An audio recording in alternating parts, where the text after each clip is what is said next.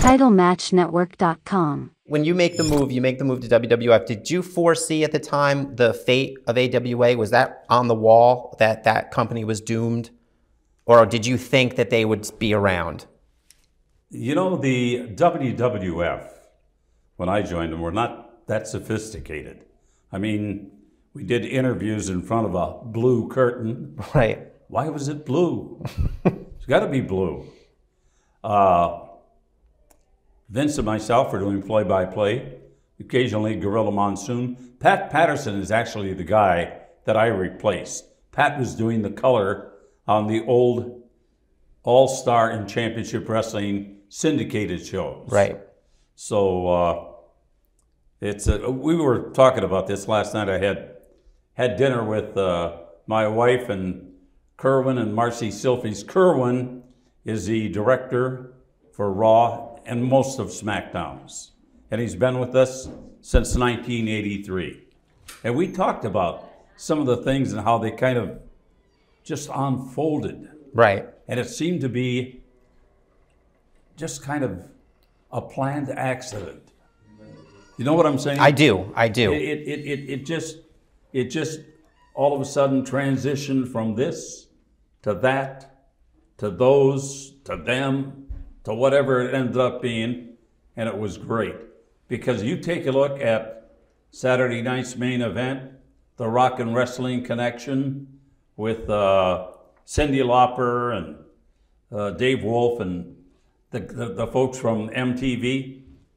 That was genius. But I don't even know if Vince was aware that it was genius. Do you have fond memories of hosting the War to Settle the Score with Alan Hunter?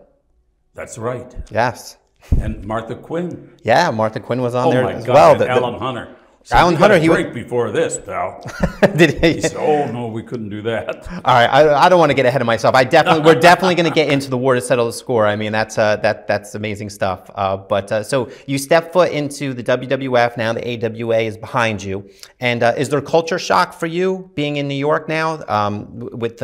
Is it a bigger operation? I mean, I know it is eventually, but behind the scenes, it was becoming bigger by the day. Right. Who recruited you? Was it who made the call and the offer for you to come north? Vince. It was Vince himself. Vince, without a question.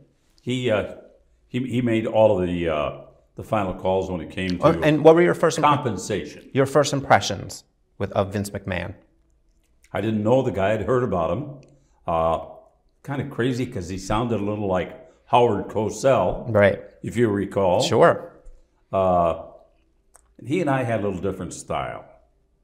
But Vince never, in all the years, told me what I should do. Because I think he wanted the Gene Okerlund or the Mean Gene or whatever the cast of characters were, wanted me to be who I was. Right. And not try to manufacture, of all things, an announcer. Right.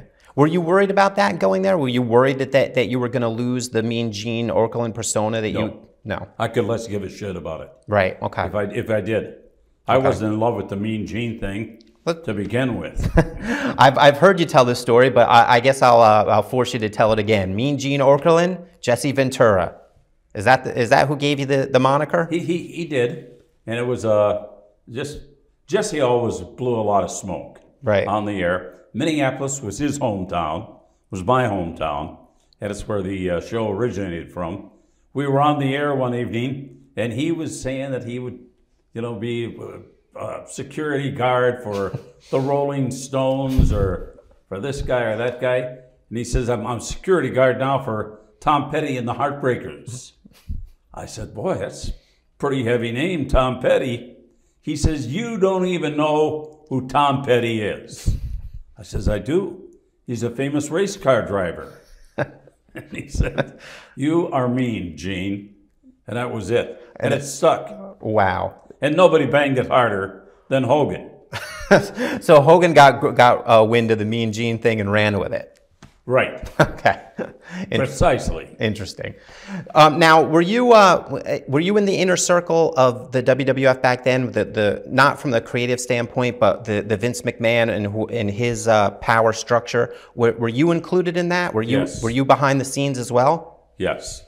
Okay.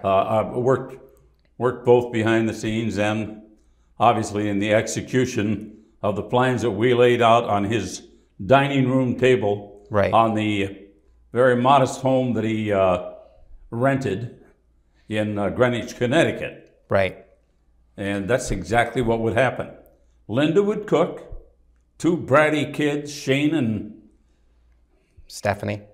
Oh boy, she was a pistol. She still is. Nice kid, but she was, and she really has grasped the business, kind of like the old man. Sure. And Linda was there, keeping all the things together. Had guys like Jim Barnett, Pat Patterson, George Scott did some booking, some great names in the early days. Our headquarters were a old house over in Greenwich on Hollyhock Lane. Remarkable. Very modest. So you're in this war room, for lack of a better term, and you're laying out plans. And WrestleMania, the plan for WrestleMania comes up. Now, we all had our own little roles that we had to play in the laying out and executing of the roles. Mine would have been total charge of the interviews. Vince would say to the talent, here's the content that I want you to put in there for whatever the reasons happen to be. Right. And he was right 90% of the time. I'll take a winner like that whenever I get one. What was Pat Patterson's role? Pat Patterson was more of a wrestling guy. You know, he was a guy that would put the matches together, what you need to do to get fans to pop and the finishes to put people over real good. Right. Now, solid. Sure. Did anybody speak up if they thought Vince was wrong? Oh, I'm sure. People have... Has anybody ever second-guessed you? Me? Well, couldn't have. Let me tell you something, Mean Gene. I don't know about that one. I just thought I'd throw the ball back in your court. Oh, yeah, of course. But I mean, I'm wrong most of the time. And I also am not in a position like Vince McMahon was, where I'm sure, not in the future where his ego probably exploded, but at the time, I'm sure everybody in wrestling seems to have an overinflated ego that is in some sort of power. So I would be curious to know if people, even though Pat Patterson had been around the business longer and probably knew more, would they be afraid to step on the toes of the owner? You could have worked for the WWF. Well, thank you, Mean Gene.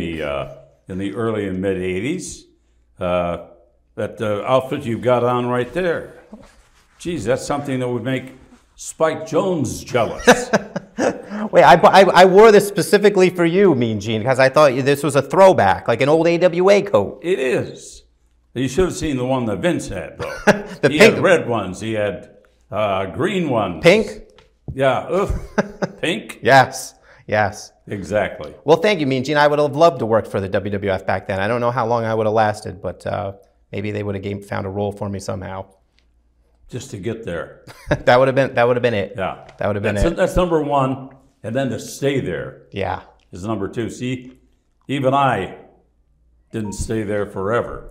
That's true. Longevity to any job is a measure of your worth. I mean, I might get fired by RF Video right after this interview. Who knows?